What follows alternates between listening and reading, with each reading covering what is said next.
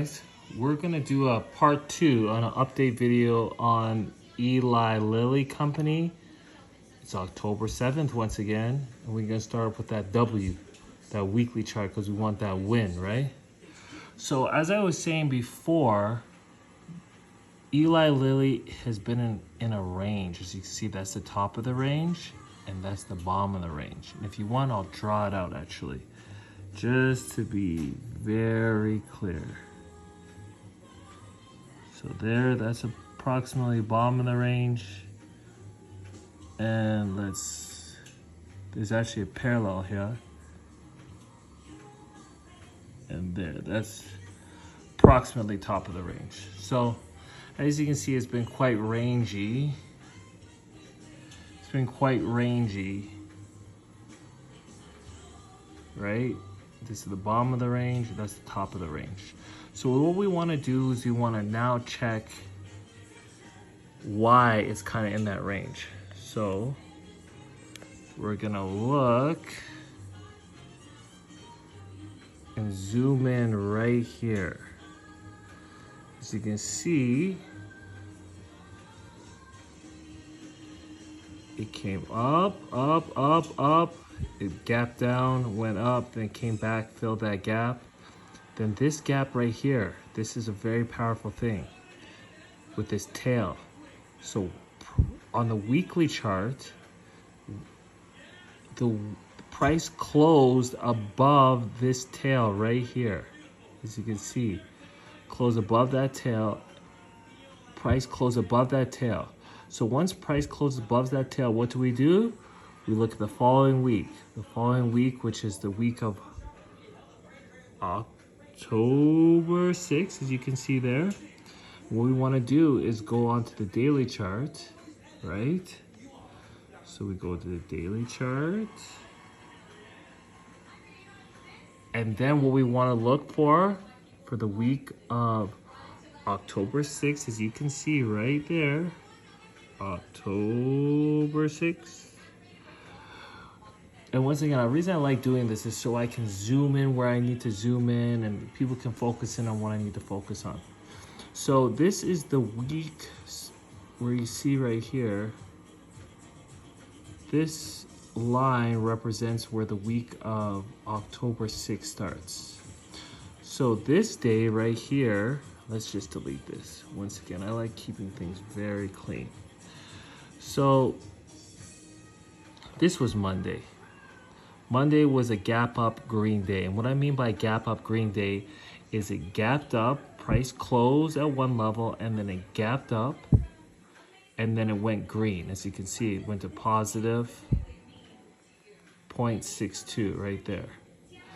But then this day, the following day, this red day, it was a gap down negative day or a gap down red day. Maybe I'll turn the light on so you can see the colors a little bit better. So this was a gap down red day, as you can see. So this was a gap down red day. And how do we know it was a gap down red day? We look at the previous day. This was the Monday. Look at the closing price. The closing price was 845.05.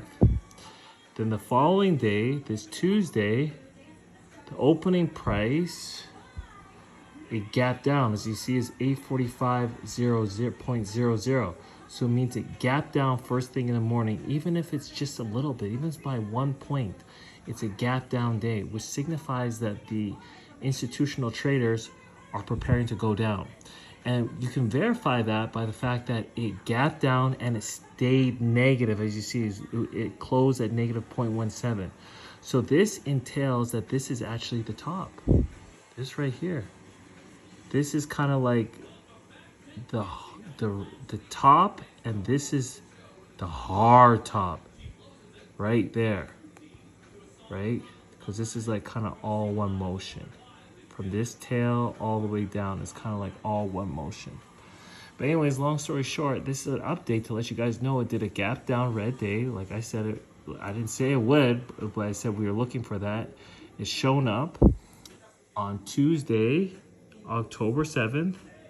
Once again, this is part 2 of the video, and this is setting up beautiful because actually, look, there's another gap down red day right here, which is another one of my plays I like to look for. See, a gap down and a closed negative, -0.67. So what happening is this is kind of like the second one that's happening, which is actually the real top. And what, because actually, as I said in the video, you have to wait for things to happen on the weekly chart. That's the best way to do things. You know, when you start looking for things on the hourly chart, the 2 minute, you know, the institutional people can fake that out and change that any point. But when you do these things on these charts, they cannot fake this. Anyways, long story short, if price gets above this price of, what is it,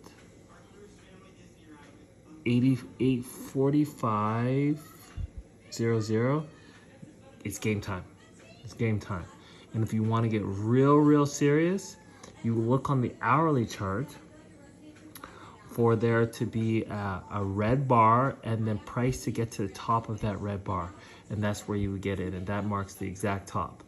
And that's as good as it's gonna get. And then it's gonna go all the way down. As I said, anything can happen, but I'm pretty sure it's gonna go all the way down minimum to this gap fill part right here. This little gap right here. Which, let's just do the math, or let's figure out how far that would be. That'll probably be about roughly a good 10%er. So that's another just little update on, once again, LLY, ticker number LLY for the company. Where is it now? What's going on here? Oh, for the company Eli Lilly and Company.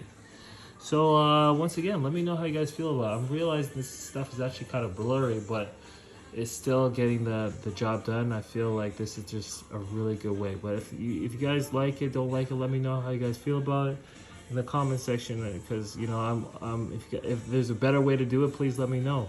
But anyways, you guys have a great day, have a great evening, and let's see what happens.